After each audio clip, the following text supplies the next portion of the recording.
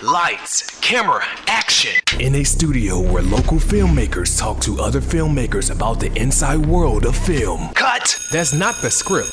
It. We'll fix it in post. Do you wonder how films are produced and what really goes on behind the scenes? Well, stand by. Filmmakers Kevin Mumphrey, Victoria V.A. Jones, and Carson Hype Ferguson explain all the details. Right here on It, We Will Fix It in Post podcast.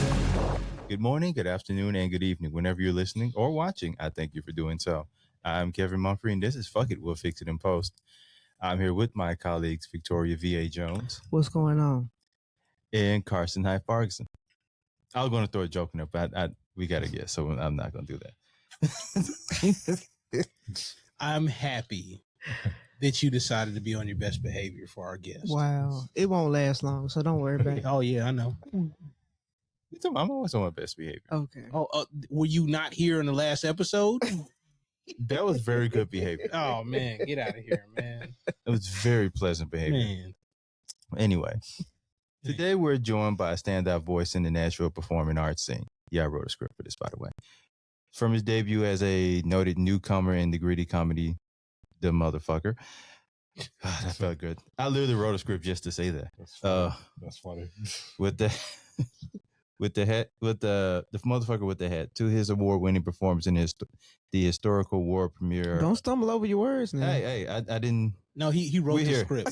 Yeah. Like weeks ago, though. Premiere of A Fan in Me with a Brick. He has become a staple at the Dark Horse Theater, a 2024 First Night Star Award winner, and a consistent collaborator with the Tennessee Playwright Studio. Please welcome Tony Insignares.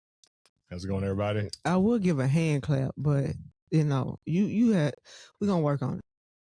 What? That's okay. I'll take this too. You know what I'm saying? Matter of fact, I snap to y'all too. You know what I'm saying? That's all give and take. There you go. So, yeah. I mean, I didn't want to clap because I just got the mic around here, but anyway, as I usually start off with, like, where did your love of acting begin? Man, that's crazy. First of all, thank you for the intro, and of course, honor to be here too. Really, for me, it really kind of started when I was in kindergarten. Actually, crazy thing. There was a play we were doing, MLK. Back when I was at it was a Trader Lane, Trader Lane Church, and so, but it was also a little school in there too. But they were doing Martin Luther King, the play for the kindergartners and whatnot, and I was actually playing one of his kids, and I didn't have any lines, and so I don't know what happened, but like literally the day of the show, the guy who was supposed to play MLK ended up, I don't know if he got sick or what happened or whatever. And I don't know how, but somehow I knew his lines. I don't know what happened. And I was a very quiet, shy kid. Like what you see right now is complete opposite what you used, like what you see. You know what I'm saying? I was like shy as like, or like, I guess the term would be a brick or whatever. But anyways, we just don't throw that out there, shy as a brick. But anyways, like I knew his lines and I literally go up to the teacher and say, hey, I happen to know the kid's lines or whatever. And I did it in front of her. And like literally all of a sudden, fast forward, I'm literally doing the I Have a Dream speech, doing all his lines in front of all these kids and all these people, and they were all applauding and stuff. And this is and mind you, this is an all melanated crowd too. I'm a person here who's like, they don't know who the hell I am. like what's this mixed dude been up here? Like and so, but yeah, that's when it started. And of course, growing up as a kid, my family, they all used to we used to watch a lot of like movies, like watching Eddie Murphy, watching Saturday Night Live and Live in Color, like all those shows used to mimic all those characters and whatnot. Uh-huh. And so that's kind of where I started to adopt the whole thing of like just learning to play characters. But that's really where it got started. And so, but fast forward throughout the years, I was actually more of an athlete. I was like in sports and everything like that. And as I was doing that too, doing a little bit of some modeling too. And I was actually I played at Middle Tennessee State University for a little bit when I was a freshman. And what sport? Football. Oh, what position? I played, I was a walk-on. I was playing, basically I was a scout team defensive line. So okay. I'm going against guys like literally all three of y'all put together. You know what I'm saying? Like big dudes. But I did that and did pretty good. Got some recognition and accolades, but due to all kind of injuries from both ankles to back, like everything, you can't even imagine. But after that, I decided, you know what? I caught the acting bug, and then I ended up transferring from MTSU to Tennessee State University, and that's when I started acting.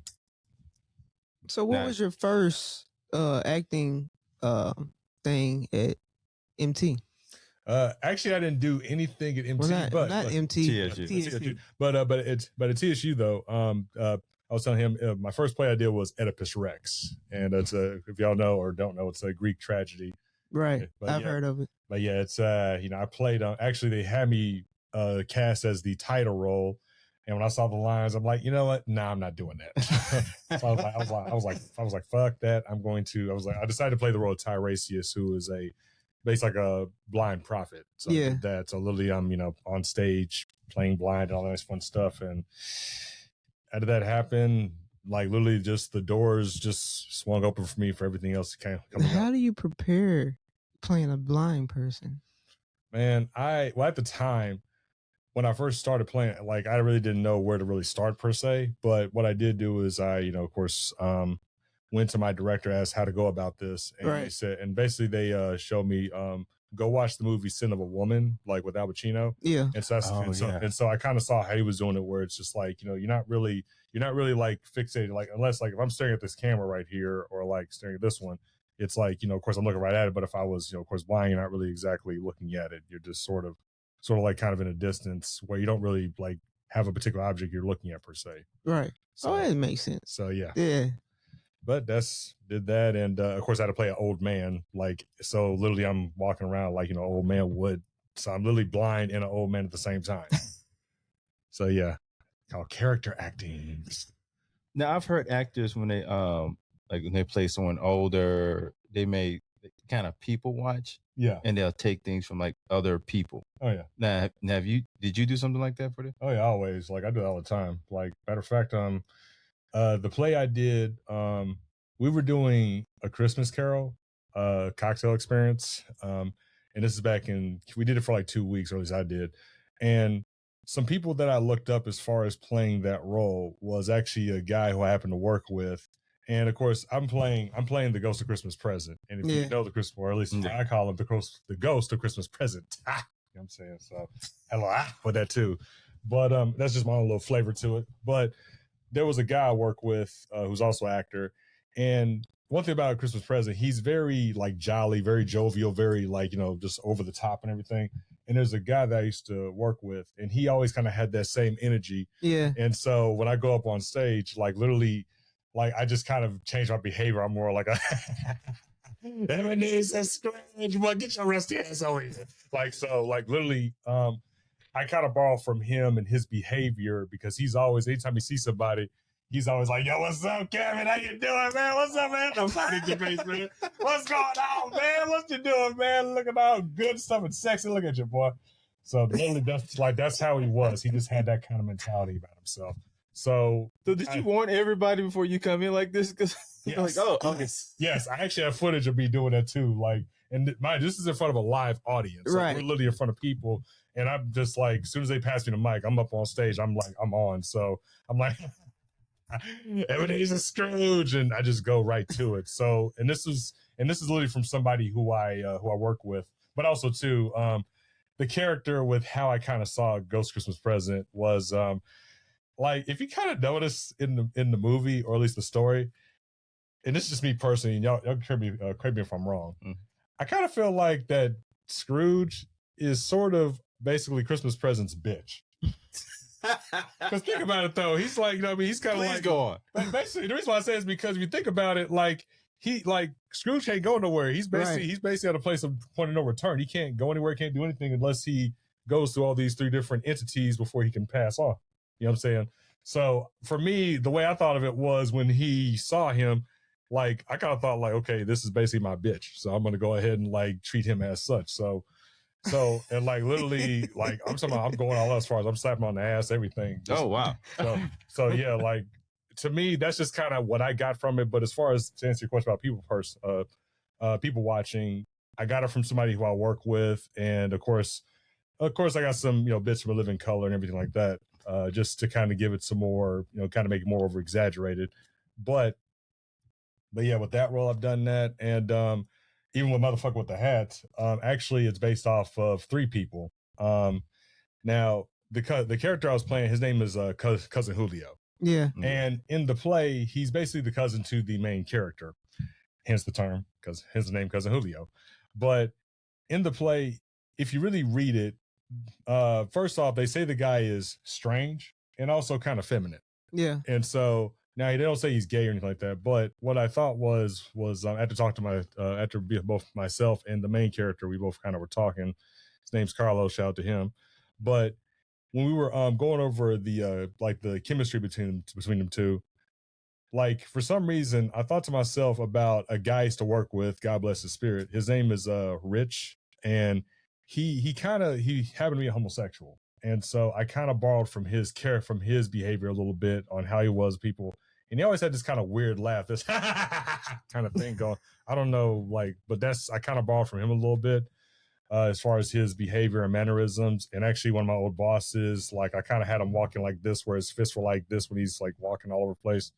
And it's kind of hard to show because I have a camera right here. But it's kind of a speed walk. Yeah, it's not really necessarily a speed walk, but it's more like a very graceful kind of like runway thing. And, and that's actually, I borrowed that from somebody I used to do a fashion show with. And lastly, another person who I got from, well, 2 people actually, was Sofia Vergara for the accent. Because it kind of thought like this when he's speaking. Yes, how you doing? Oh. So, yeah, so I brought that. And also I got Beyonce, too. So you got to throw a little bit of Beyonce in it. Yeah, throw Beyonce into this. Because there's some parts where he gets very energetic, or where he kind of does like a sprint run. If you notice the Single Ladies video where they kind of go like in a circle. Yeah. I borrow from that one, too. So yeah, when it comes to anything as a performer, you just kind of borrow from different things, just kind of use what works. So yeah, I definitely people watch. Oh yeah, you definitely do. You take your entire world and build a person out of it. Yep, I may pick. Hey, some of y'all might be my victims next. So let Kevin be your victim next.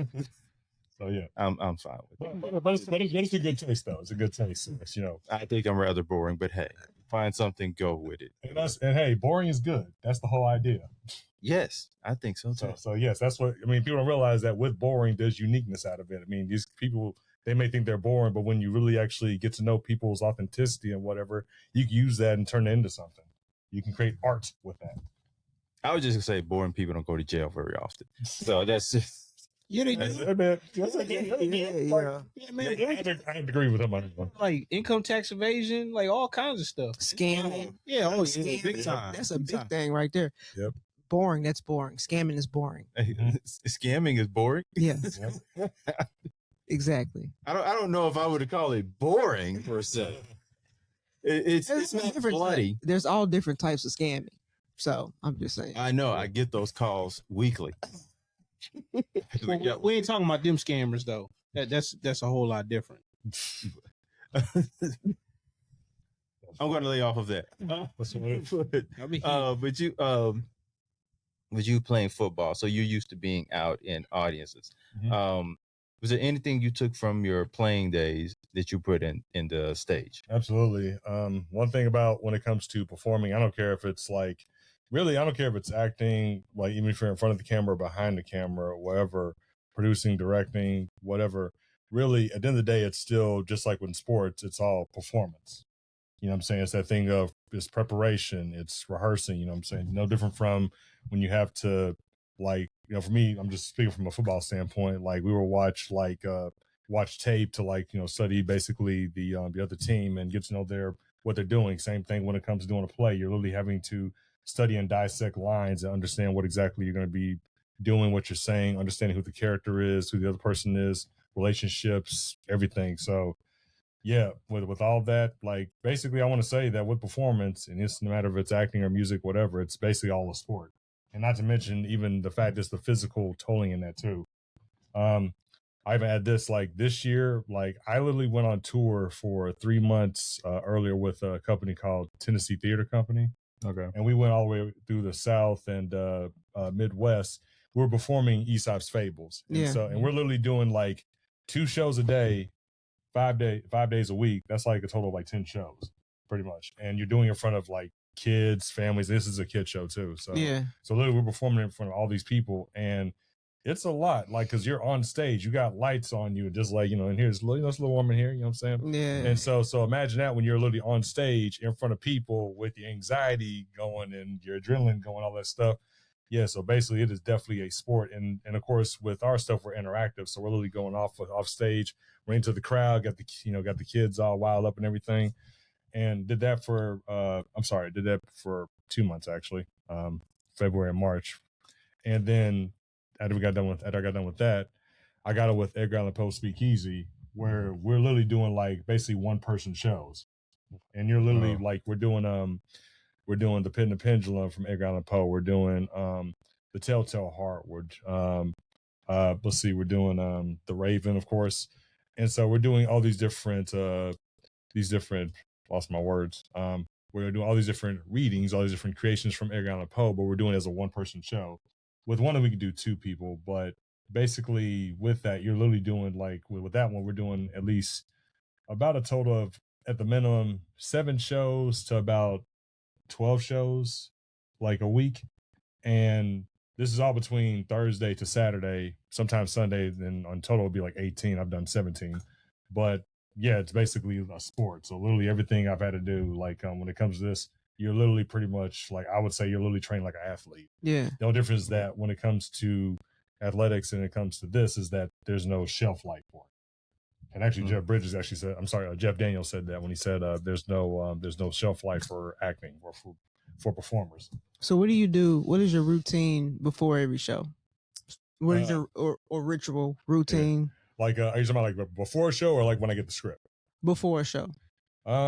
It definitely varies. Let's see. I would say for me, definitely exercising, stretching, listening to music. Like literally, I usually try to like I kind of tune everything out. Yeah. I'm pretty much what you call, I don't know what the term is, where it's like an introvert and an extrovert together. Ambivert. Yeah, I'm basically that. Like I'll still socialize, but I'm usually kind of to myself. Yeah. And a lot of times I'm listening to music just depending on whatever my mood is. And one thing I normally do is whenever I get to like the stage or where we're going to be performing, I usually try to record like the thing just so I can kind of show where I'm at. I like to document my life so I can let people know this is what I'm doing, what I've going on in my life, where I'm at. And so that way they can see like this is what it is. Uh-huh. And I think it's definitely good to have that, especially when, you look back like, dang, I was here, I was there, I did this. Right. And of course, make sure my stuff is ready, make sure my props are ready for whenever we go up on stage. Of course, we got to do sound check, all that nice fun stuff. And so, but that's basically my ritual pretty much when it comes to like stage. And of course, with film, I would say it just depends on whatever it is. Like it just really varies depending on whatever the project calls for exactly, because each thing is different. Like there was one project where I had to play a murderer and / cannibal. And and so literally with this one, even though me and the person were cool, I had to sort of kind of be a little bit cold to them. And it's not trying to be technical, but it's just I had to sort of kind of get myself in that mindset of still being able to keep myself in a place to be mindful. Okay, yes, we're about like this is basically my victim, right? But I can't look at them as a friend right now, right? And so I try my best to like not be too interactive with this other person, and try my best to like not make it a friendship thing. And then once that camera comes on, it's like okay, like now I'm gonna be an asshole for the next few minutes, and I'm going to torture you by staring you like in the eyes, like basically like this, like oh man, yeah, don't stare at me like that. So yeah. So I think she said she had nightmares after that. So yeah. Sounds like you did a good job. I can see that. So the different worlds in between stage and movies, how do you switch from those worlds? Because they're 2 different worlds. So if you got a stage play, have you ever been to a point to where you just came off of a stage play and then you had to go straight into doing filming? I want to say I know I have done that.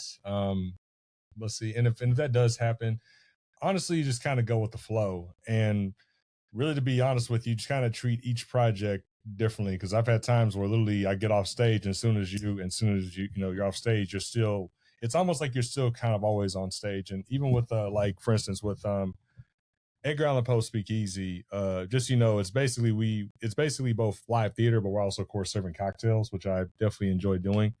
And I enjoy it because for us, you're basically always on stage. Right. Like you're never off stage. Like even when you get off, even when you're done doing your piece, you got to go on and start serving the next drink and whatever.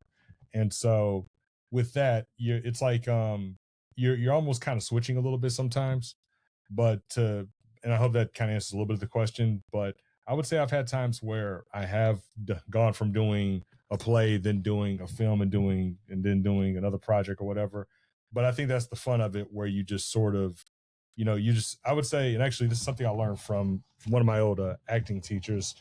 Her name is Denise Hicks, and she used to work with Nashville Shakes, or Shakespeare in the Park here in Nashville. Yeah, I've heard. Yeah, I heard and she directed a piece that had the Heisman winner Eddie George on there, and he was playing. I don't know. I think they were doing.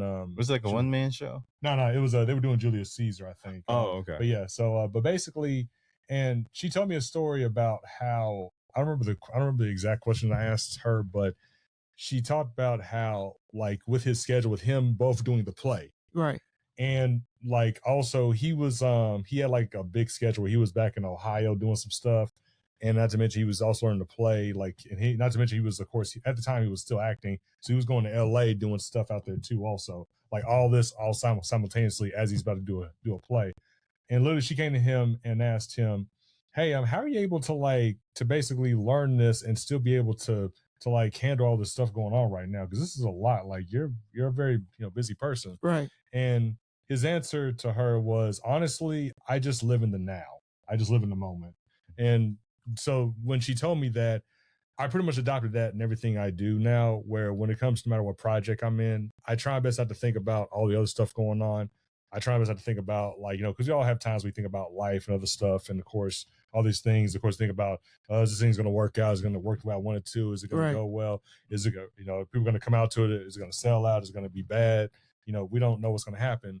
But what you learn to do is you just learn to be in the now. And when the more you start to like just be in the moment, right, and whatever that is, whatever's going on, then you're able to make the best of it, because then you're not worried about everything else. So to answer your question, the thing I've learned in this case, when it comes to anything I do, no matter what it is, just be in the now. I've heard somebody say it kind of differently, but still makes sense. Mm-hmm. It's like, be where your feet are. Be where your feet are? Yeah. Because like sometimes you be thinking about stuff and it may be 1,000 miles away. Yeah. It might be like another state away. Right. It may be, a couple years away. Okay. And like, but you need to be where your feet are. I agree. Because like he was talking about, like, dealing with his family, but think about all these other problems and issues he had to deal with and all this stuff. Yeah. And he was like a business guy. And I was like, okay. Then I heard a football player say it. Yeah. And I was like, oh, okay. All right. It hits a little bit more now. All right. Yeah. Now you had brought up, like, before you get ready for a play, you would do like some stretching and exercising. Yeah. Which, I mean, makes sense in the sports world, but for a stage, how does it kind of, I guess, centers you as far as getting ready to go on stage? I would even include not just centering, but also just the fact that when you're on stage, like it's literally an athletic sport, like, because you don't know what you could be doing. There's also things like blocking, choreography, like, or let's say if you have a fight scene or whatever, or you may have a dance number, like when I did East Side's Fable, my character I played, he was basically a combination. He was basically a grasshopper, and that's one of the characters. But he was a grasshopper who also was a dancer. So that's the reason why I do it too, just because sometimes, depending on whatever the role is, I could be doing something physical, or maybe a scene where it could be choreography, or could be a fight scene or whatever. And I've had that before. I've done plays or shows where I've had to like actually fight on. And so, but of course that's choreographed. right. But basically the good thing about the stretching too is also that it's also a thing of knowing your body, because also when I was training in stunts back in Los Angeles, one of the things they taught us is the importance of making sure you know how to be able and to control yourself. Because when you know how to be able to interact with somebody else, the biggest thing you want to make sure is that you create trust. And so one good example was I did a project one time with somebody, and this was actually earlier this year, and we were working with a green screen, and the director wanted me to put my arm around the other person. Now, normally, of course, in like real life, we could, we put our arm around somebody, like whatever. But in this case, though, I had to we had to choreograph it. So what I had him do was I had him basically take my hand and have it put around his neck, like basically for him. That way it wouldn't like hurt him. Try to find the best way to describe it, but just kind of, if you don't like, I use it as an example. Okay. And I'm not gonna do anything to you. Thank you. What I did, what I did was like I asked him basically, okay, like, are there any place I know about that are basically like, or you could be injured? He said, well, I have a little bit of some neck issue. Okay, so how about this?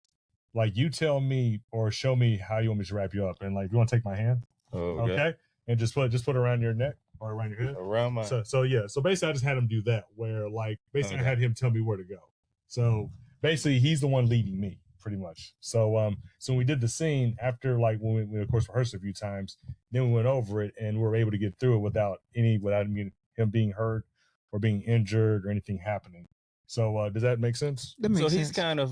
He's kind of selling the move for you. Exactly. Because basically, even in wrestling, like I was just gonna bring that up. When you see somebody throwing a punch, like it's not really necessarily the punch that sells it; it's the reaction. Right. Yeah. So basically, in this case, though, he's basically the one selling it to where, like, he has to make it look real. All I'm doing is just basically just having him just basically tell me where to put my arm. That's it. You're just going with the flow. Exactly.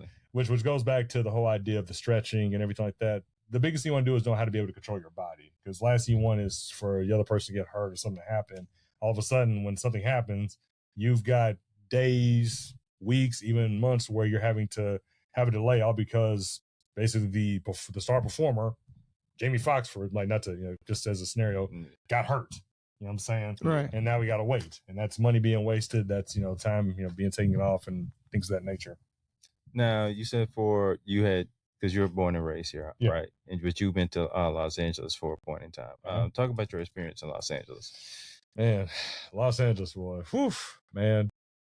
That time frame, of course, as I was telling you earlier, that I went through a huge breakup at the time, and I had an opportunity. You went through a breakup here? Yeah, here in Nashville. And then you moved all the way to Los Angeles? Yep. Wow. Was it a Scorpio? Funny enough, she was a Libra. She was a Libra. Don't worry about it. Don't worry about it. All she wanted to know was what Scorpio. Virgo. But yeah, hopefully she's not listening to this. Anyways, but I do wish her, if she does listen to this, I wish her the best. And you ain't got to. Right? Don't worry about it. No. Don't worry about it. She's a true Scorpio.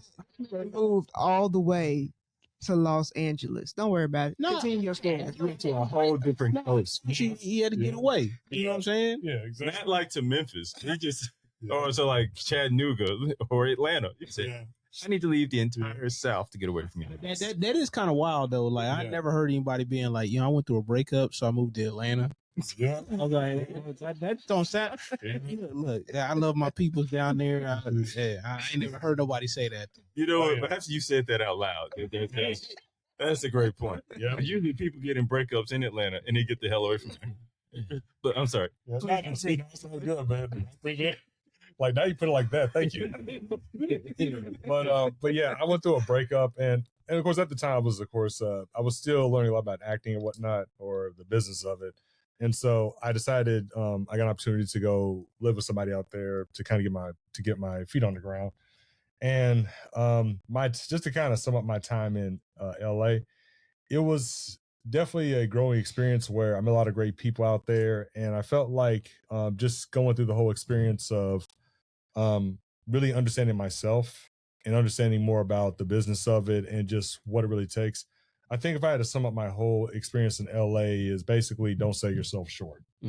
Definitely see the best within yourself, and that's no matter what it is. And the one thing I was also say I learned from being in LA was I had the opportunity to go see I forgot what's his name from Boys in the Hood, the one who directed it. Let's see, what's his name?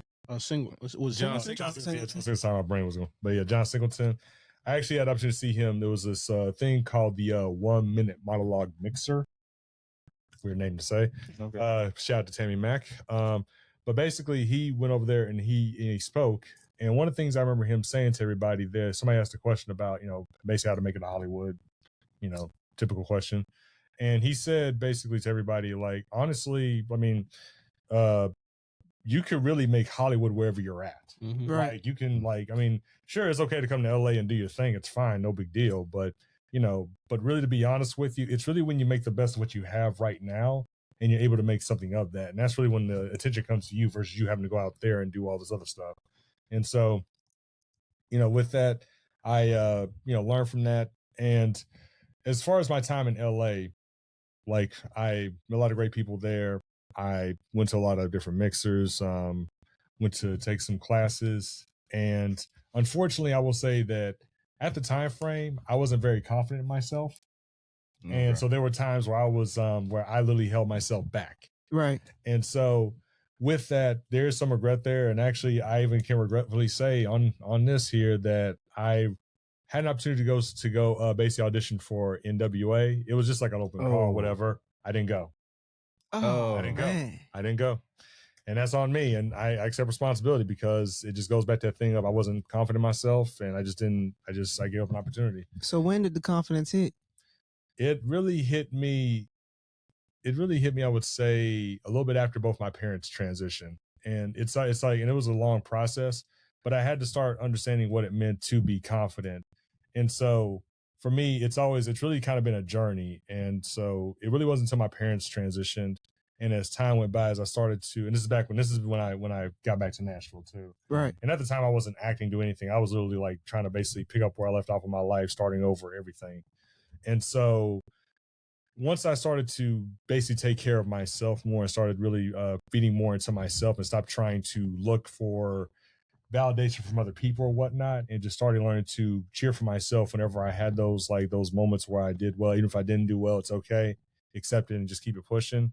And so I would even say that about maybe the age of about maybe 4 or 5 years ago, I started like really getting more confident in myself. And even this year, my confidence grew even more when I started working with Edgar Allan Poe Speakeasy, and I was up on stage like doing these different shows and basically performing, and you're doing like basically doing about 7-12 shows a week, like I said. And when you're doing this in front of people and you're like in that moment and you don't know what the fuck's gonna happen or anything, you're like, it's just like you start to really see yourself when you put yourself through those what we call challenges, but now I say them as opportunities. When you put yourself through those things, you start to realize that you can really see more of what you're capable of and what you're able to do. And even in my personal life, there were even times I had to even tell myself, you know what, is it them that's basically the problem, or is it me? Like, and a lot of times it's really us getting in our own way. And that's something I realized for myself is like, you know what, I got to start putting myself out there more. I got to start pushing myself more, start speaking more, start doing more stuff, start taking care of my health, really getting to know myself and stop trying to look for validation from some other person or trying to feel like, or trying to basically feel like as though if I don't have this and it's not good enough, it's like, no, like you're already enough. And so once I started realizing that and doing that self-check and doing that self-help, and that's why I say encourage everybody, especially men, mental health is important. Definitely get mental health, like definitely go to therapy, do what you got to do. That includes women too, respectfully speaking.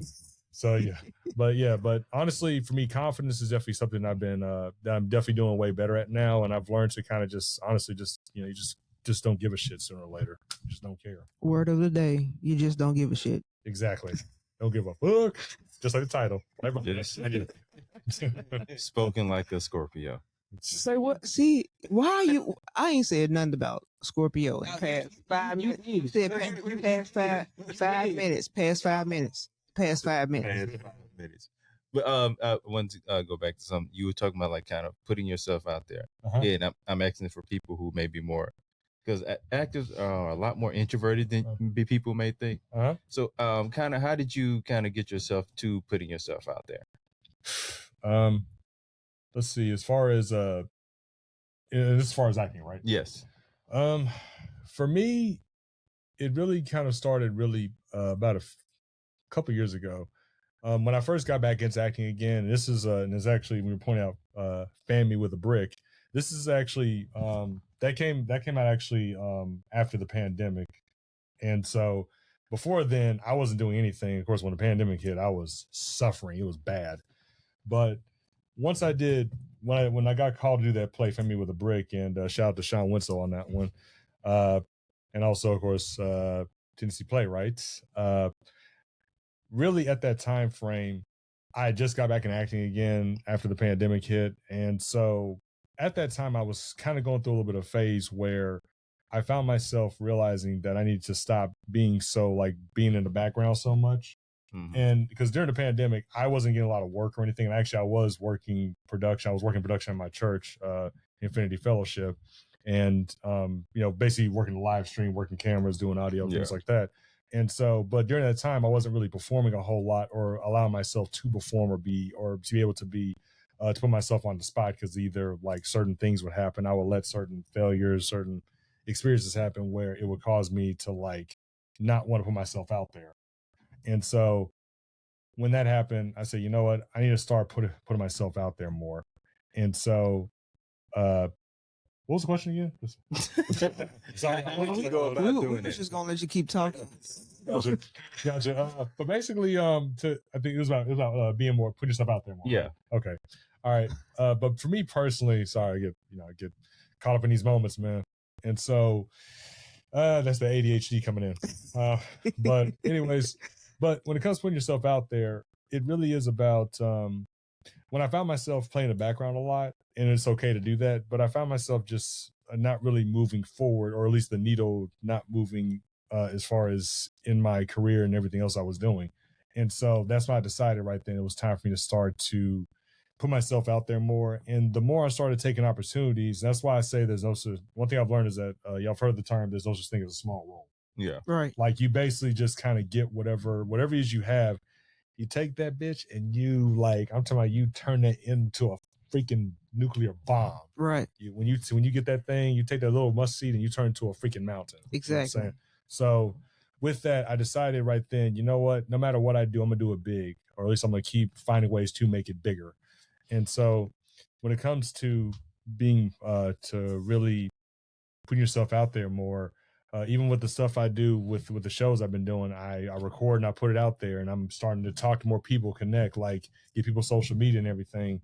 And the more I keep doing it, now I'm seeing people like following my stories. I'm like, dang, I don't even know these. Like, I just met this person in Kansas City and they're already on my stories. Or I met this person here in Pequot, Ohio, and now they're over here, like, watching me do a show here. It's like, and we've had people literally from like even the Edgar Allan Poe shows, like, come to like some of the other shows that are in other cities or states, and they want to go see it because we just be killing it. And it's like, it really does make a huge difference when you start to put yourself out there and you just trust the process and just let it be. And you never know what it could turn into. And heck, I mean, even me and her, I happened to go to the festival, and me and her just ended up meeting up, and here we are. Right. So, I think, never know. So yeah, so I definitely say that when it comes to it, it's made me more confident in basically just speaking up more for myself and doing that. And, unfortunately, and I hate to say this, but because my parents passed away, I had to start speaking up for myself more. And there's a story behind that too. But because of that, now I've learned now to be more independent versus codependent. Right. Okay. Now, because you come off as a very energetic person. Yeah. So I'm just thinking, like, if there's a role that you've played, and specifically on stage, that required like a lot of energy throughout like most of the scenes you had, and if it's so, like, how did you keep that energy up? Let's see. Actually, it would be this year, really. I've used that one with the Edgar Allan Poe Speakeasy, and of course, just so y'all know, just to give you a layout of what it is that we basically do. It's basically a cocktail experience. We also do 4 of Edgar Allan Poe's pieces, and we have a part 1. We also have a part 2, and each one of them go on tour, and this is all around the country too. And so, but with our group, we actually have 2 groups within this state here. And so, but we mainly go through like the Midwest and the South. And so, or at least parts of the South and Midwest. And so, one of the roles, or at least one of the ones I got cast to do, was the Pit and the Pendulum. Okay. So, and what they did was that, of course, I don't know if y'all are familiar with the Pit and the Pendulum. I've heard of it. Okay. I've never heard that one. Basically, it was written by Edgar Allan Poe, and it's basically about the Spanish Inquisition, and it's about a prisoner about a prisoner who basically is captured and is being, in this case, tortured. and he's basically telling the story of like his whole experience being in this dungeon. And now what they did was they condensed it or whatever to where we can make it like, because the story itself is like 20 pages long, so and I ain't got time for all that. So but we condensed it like to maybe like we basically abridged it, or at least created an adaptation of it that's like about 4 pages long.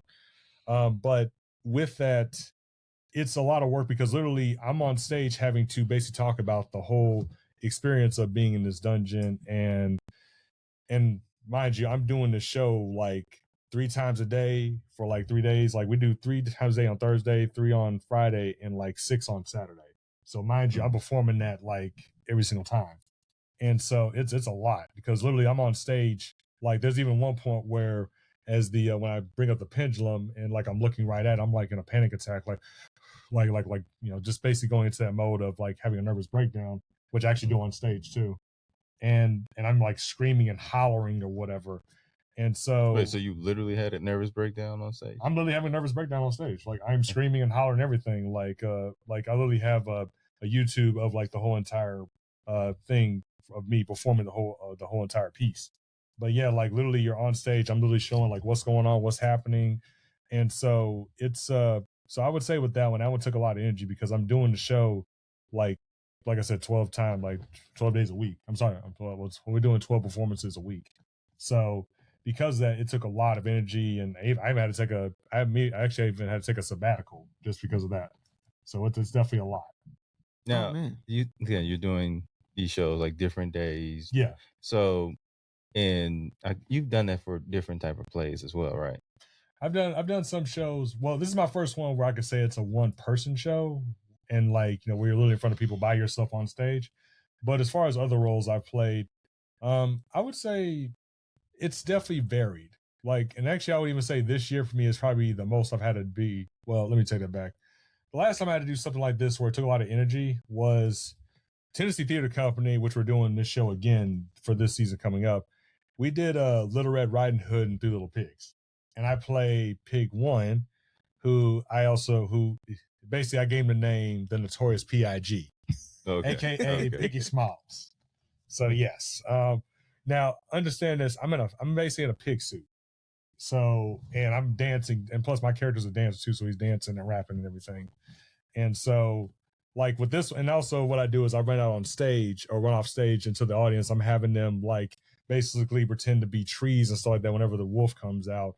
So like, and that takes a lot of energy too. So, and I'm doing like 2 shows these a day, 5 days a week, like just going, and I'm in a fat suit, and I'm having to and I'm going running back on stage too. So it's a lot. But yeah, you definitely got to work out for all that. So yeah, you definitely burn some calories off. Oh yeah, definitely. I'm like, man, I'm telling you, man, like literally when I took off that pig suit, like I was soaked. Like it was just like a rag. You know what I'm saying?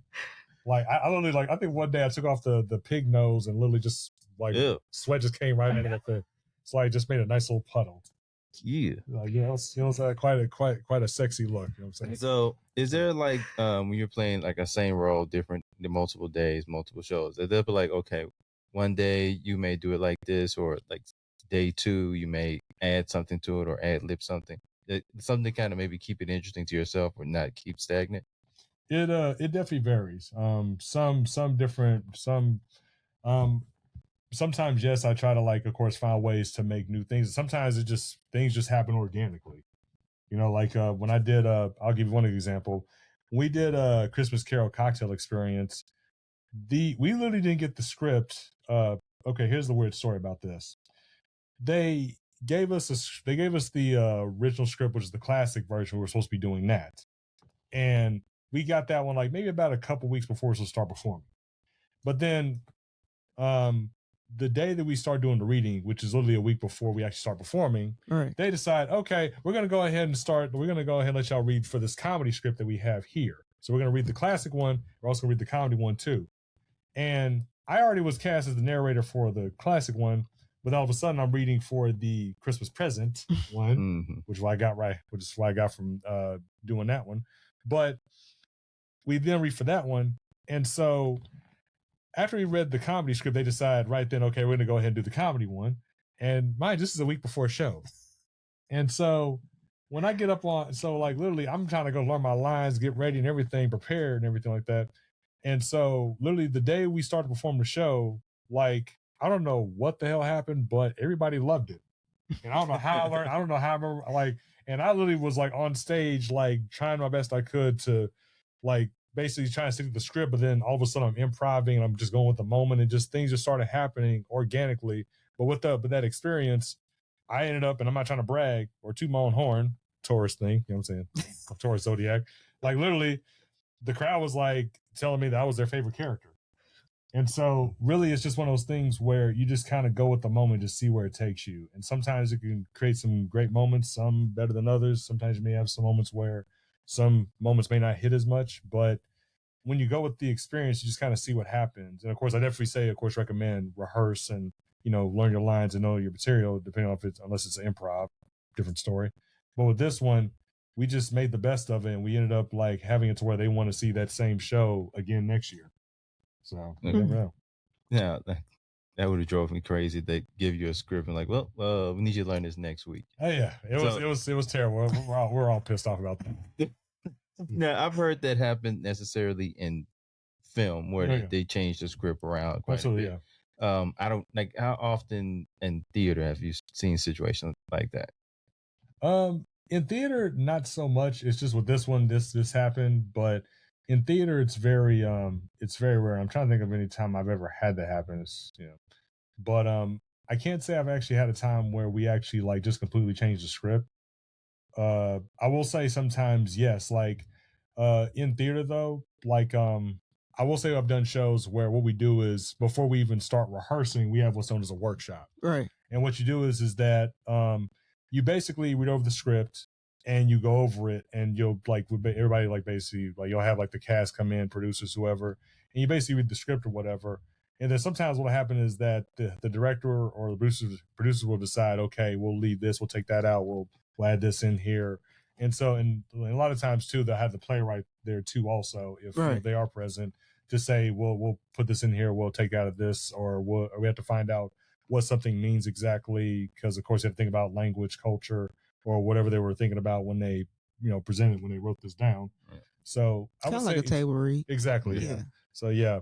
And so I would say each of these definitely it definitely varies, but whenever that does happen, usually it's only when it's the time we actually workshop, and of course we're rehearsing it, like it's in rehearsing before like show hits, of course. Then we decide, okay, if we're going to like once we've rehearsed whatever the scene is or whatever, we decide if we're going to keep it or let it go or have to fix it, whatever. And so I would say each one is definitely each moment is different, but in theater, not so much have I seen that happen where we just fix it like on the spot.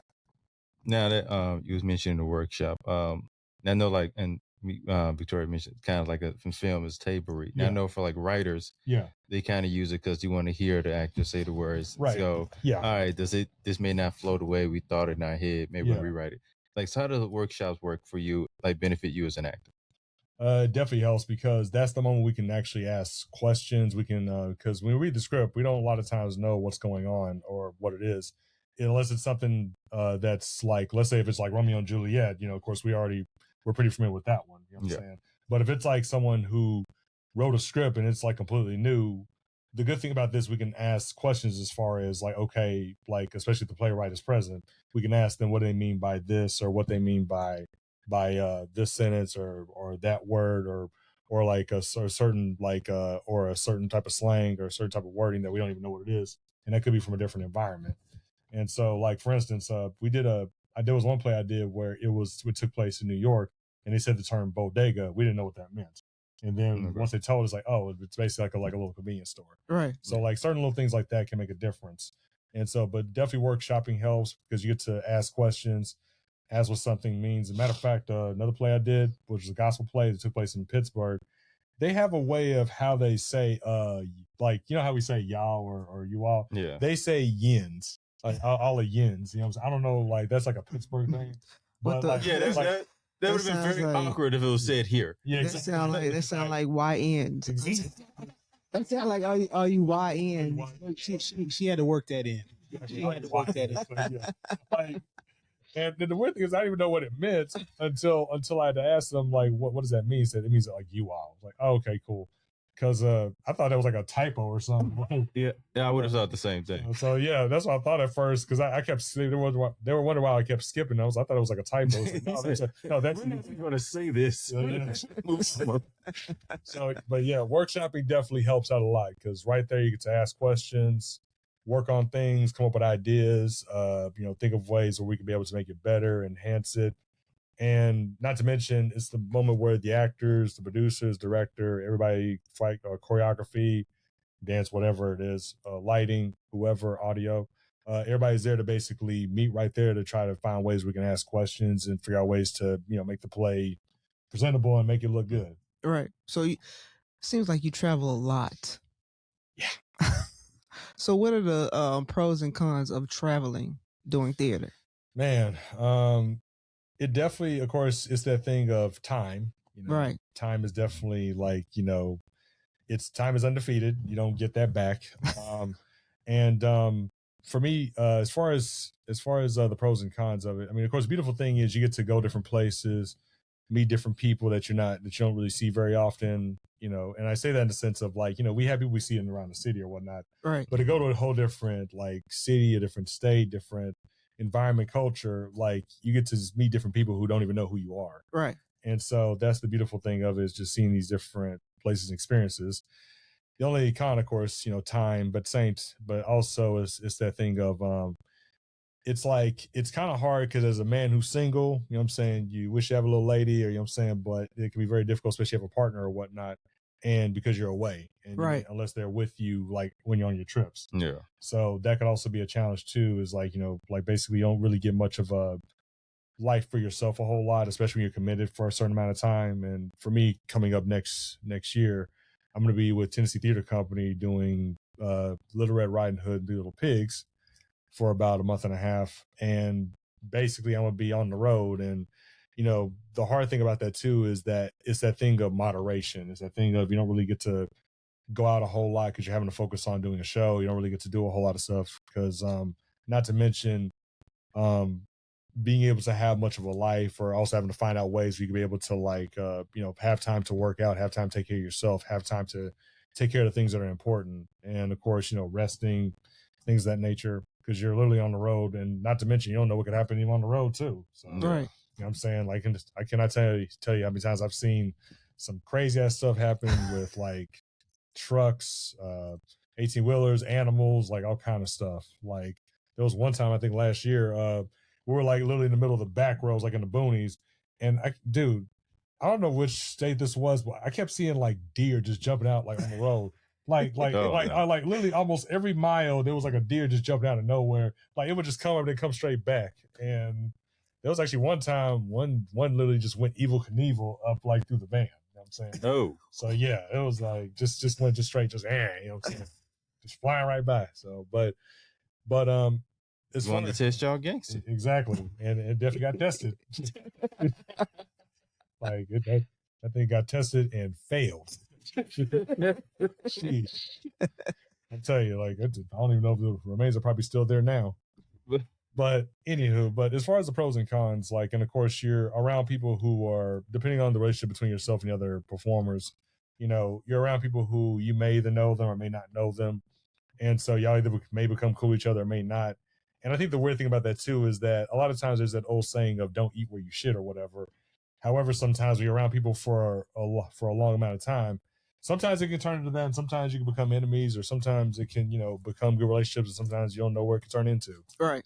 So that's another thing too when it comes to touring, is that, just trying to find that perfect medium with like trying to make sure, okay, these are my colleagues, but not my friends.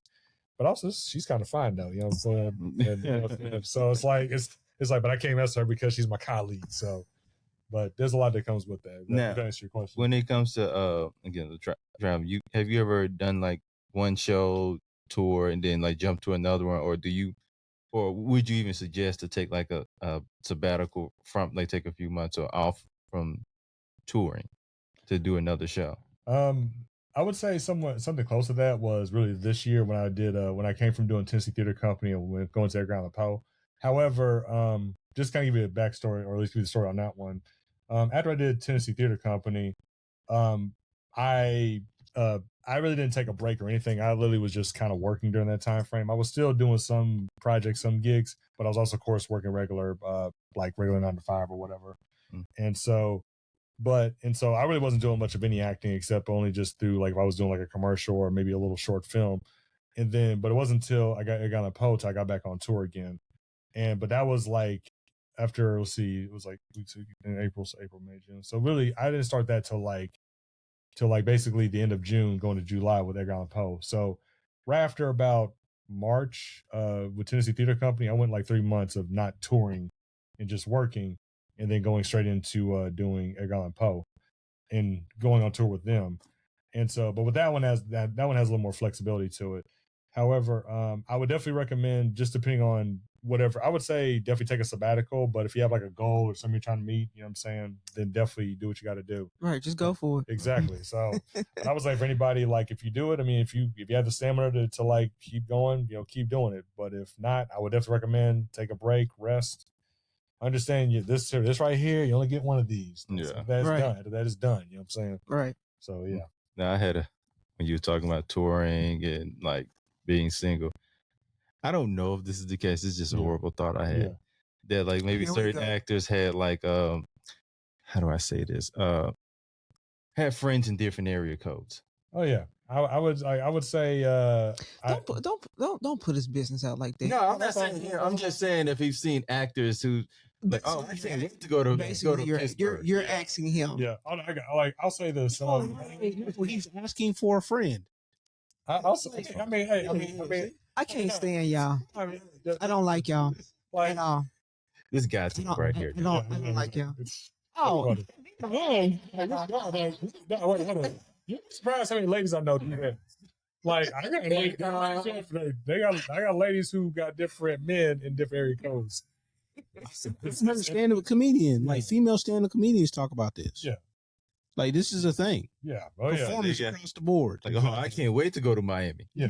Yeah. And hey, not to mention, I know some ladies who have them in different zip codes. Area codes and zip codes. That's dangerous, right? Like man, sheesh. That's too close. It's too close. Yeah, they know how to play some roles.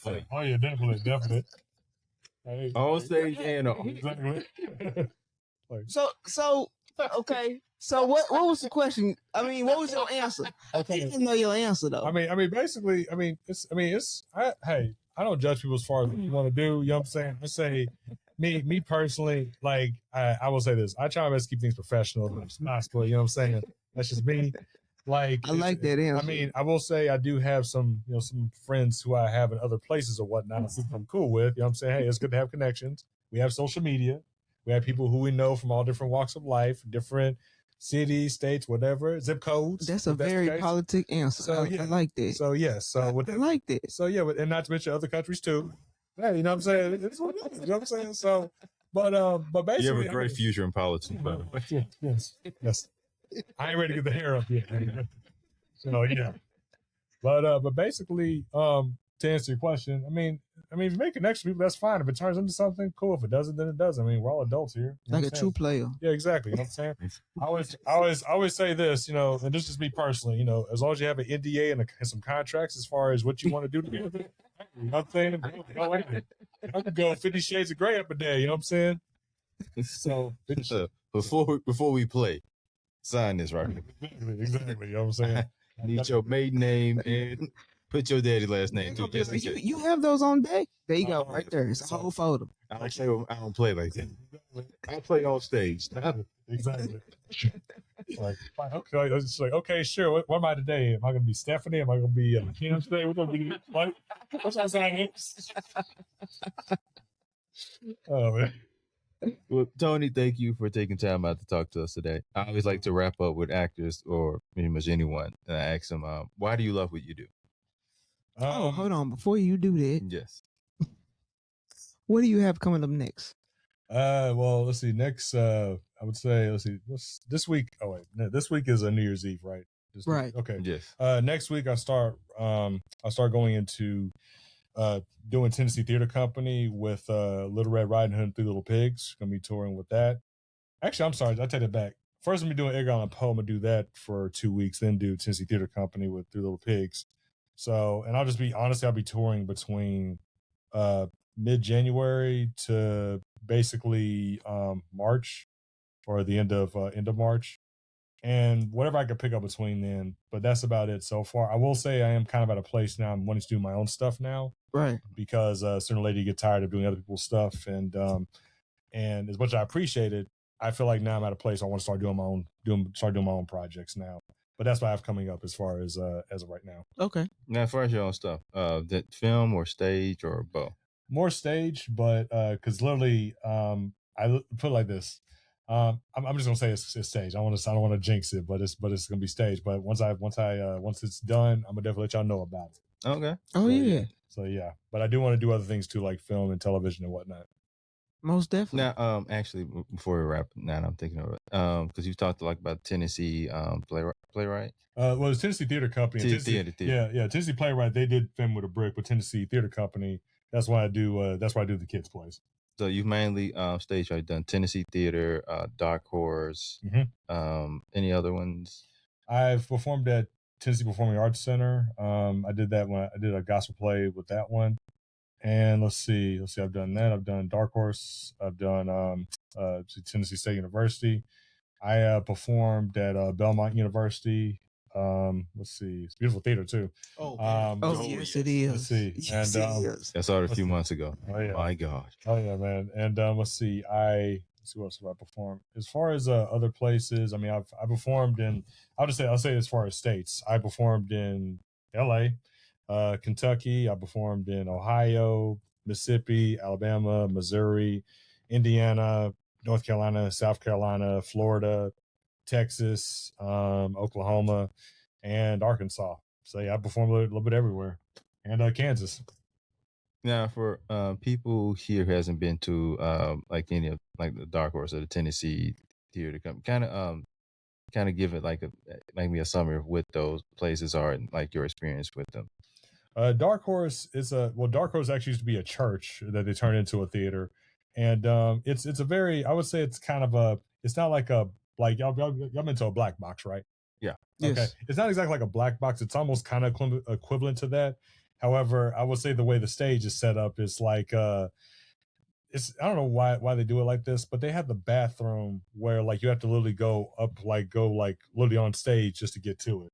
They also do the actors bridge too, where like literally, and it's not even like for instance like the door is like right on the side. It's like no, and that's at the Dark Horse too, where like you have to literally go to the side of the wall and then go to the door to maybe the bathroom while they're performing. But actors bridge, it's so bad to where like it's like one way in, one way out. But if you want to go to the bathroom, you literally have to go up on stage, and like the door is like right there in the middle of the stage, like where that television is. Like that's a weird setup, but that's another story. But Dark Horse is very kind of a cozy environment. I've been fortunate to do a couple of do maybe 2-3 shows there, including readings. And let's see, I've done stuff there. As far as other theaters out there, of course, Tennessee Performing Arts Center, I performed there. Let's see. I performed at other places, but I can't really remember exactly what they were, like the name of them or whatever. And so I just can't let's see. Of course, I've performed at Belmont, and I performed at Tennessee State. And let's see. I did a reading one time at Vanderbilt University. Let's see. And as far as other places I performed at, I would say I performed pretty much around town. And sometimes some places I performed at weren't even really like necessarily like theaters. They were more of just like a space where literally we just kind of turned into a theater or turned into just an area for us to perform in. And so I performed, actually I did one show, I think at a Cafe Coco. Like there's like a upstairs area, I think. I'm trying to remember exactly where, but I would say I performed pretty much almost everywhere around town. If there's a stage, he's been on it. Exactly. Kevin making you think too much. Exactly. I know. Yeah, that's fine. That's not good. Hey, you never know. You know what I'm saying? So, and actually, I performed at Infinity Fellowship. Oh, I performed at like a few churches here and there too. Can't think of the name of them, but I performed. Let's just say I performed out everywhere. Yeah, exactly. He's been everywhere. If there's a stage, he's been on it. Exactly. In every area code. Yeah. Yeah. I got host. I wasn't gonna say that, but I'm glad you did. Yeah. But yeah, as we wrap up, I like to But first, I would like you to answer for people, because you hear like when it comes to like entertainment, they go to like movie theaters, streaming. Yeah. What can a person get from a theater experience that they can't get from a streaming, which is kind of really popular now? Let's see. When you say streaming, you talk about like let's Netflix, stuff like that, like a live theater experience. It's two different worlds, though. Oh yeah, definitely. Yeah. Well, to answer your question, I would say this. With film, of course, you know, it's basically you keep going until the take is, you know, pretty much you can go different takes and just keep going. You know what I'm saying? As many times you need to basically get what you need to get footage. Right. With and I mean, there's nothing wrong with it. I mean, it still basically brings up the message as far as what you're trying to put out there. And with that, it's like and actually James Avery kind of said it best. And I was trying to think of how he said this when he talked about the difference between film and theater, where with film, it's like you basically get something from that moment with what you see on screen or whatever. And so, and a lot of times they had to go through different takes to be able to get that one scene. And it could have lasted like maybe a minute, but it's only like 30 seconds. And so with theater though, like when it's live, basically with theater, it's like you're basically in that moment. And so when you're in it, there's no take two. It's like you're there, you're in it. Right. So with that, you're basically getting a real life like human interaction where you're actually going through the experience right there in that very moment. But you can't take from that. You can't take away from that. And so it's like it's raw, it's uncut, it's like right there in front of your face. And so with theater, it's like it's definitely alive where you actually get to go through that experience with some other person where it's not even just like it's not even just that person that's seen, it's everybody else who's a part of that whole thing. You know what I'm saying? You're basically getting an inside scoop of this is what's going on here. And so if I had to say the difference between theater and film, with theater, you're in that moment, like you're in that scene. With film, on the other hand, you basically kind of get whatever you get from that moment, if that kind of makes any sense. Yeah, that makes sense. So yeah. Now that's where wrap this up. Again, I like to ask, why do you love what you do? I got to think about that one a little bit. Let's see. I would say for me, what I love about it is, to me, I would say it's a couple of things. It's that thing of, it's the moment where I get to be my true, like I get to be myself. It's almost like, and it kind of goes back to the pendulum where when I do that scene, this is like the moment where I get to, and it talks about, and I kind of go back to mental health too, where this is the moment where, of course, as men, we have to be stoic. We have to, you know, keep a certain kind of, you know, thing about us where we have to keep our emotions inside. But in that scene, I get to be able to have that moment to be able to release those feelings, release that fear, release that vulnerability, the authenticity in that moment. And I say this all to say that there was a gentleman who came to me at one of the shows, which was here in Nashville. He said, like, dude, like I felt something from that moment that you brought where it made me feel like as though like I had something inside of me that I've been keeping for a very long time. So for me, it's that thing of, it's a moment for me to be free, but it's also that moment for people to be allowed to, especially, you know, even guys, not to be sexist, but for men, to be able to have that space to know it's okay to be able to be authentic. It's okay to be vulnerable. It's okay to express yourself. You know what I'm saying? It's okay to be human. You know what I'm saying? It's okay to know that because you're not a robot. And I'm not saying for people to go out there and, you know, be crying, all that stuff like that, or be, you know, or get emotionally sensitive. But what I am saying is just that, it ain't nothing wrong with being crying and being emotionally sensitive. And I agree. I definitely agree with that. There are times. Yeah, you know what I'm saying? When you need someone. Yeah. And I say that all like not to be just go around where just, you know, being emotionally like just just falling apart all over the place. Turn into a little 5-year-old child. Like that's probably no. Yeah. But basically, but for me personally, it's that space to let it be known that it's okay to feel those feelings and to be able to be in tune with that, you know, and to have a safe space to be able to do that. And in this case, I have a safe space to be able to express that.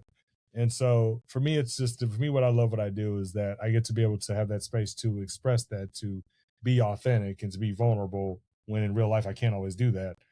And at the same time, be able to have people connect with that and be able to say, hey, I actually felt something from that. And to me, it was something I needed that moment. And so you never know whose life you may have changed or who may have needed something that may have inspired them. Right. That answers your question. Absolutely. We used to have a clapping sound. Don't worry about it. We in new seasons. It's all good. It's all good. What do we know? There you go. There you go. Tony, thank you for taking time out to speak with us today. It has been a pleasure. We've learned a lot here. Same here. And once again, I am Kevin Mumphrey with my colleagues Victoria Scorpio Jones. Oh my God. I ain't got nothing to say. Earth signs. And Karsten Hype Farguson. It is amazing she doesn't have anything to say. Man, I swear. I swear. I was like, I Put knew it she back had on me something. then. I knew she had something to add with it. Nothing. I just want you to put the camera back on me. Which was very Scorpio of her as well. Exactly. Just put the camera back on me. And just look at me. And make sure my focus is right. make sure the lighting is correct. Having a Scorpio as a director. Oh my gosh. goodness. Get off Scorpio. Okay. There's her quote. There's a Scorpio quote. Well, thank you, and that is a wrap.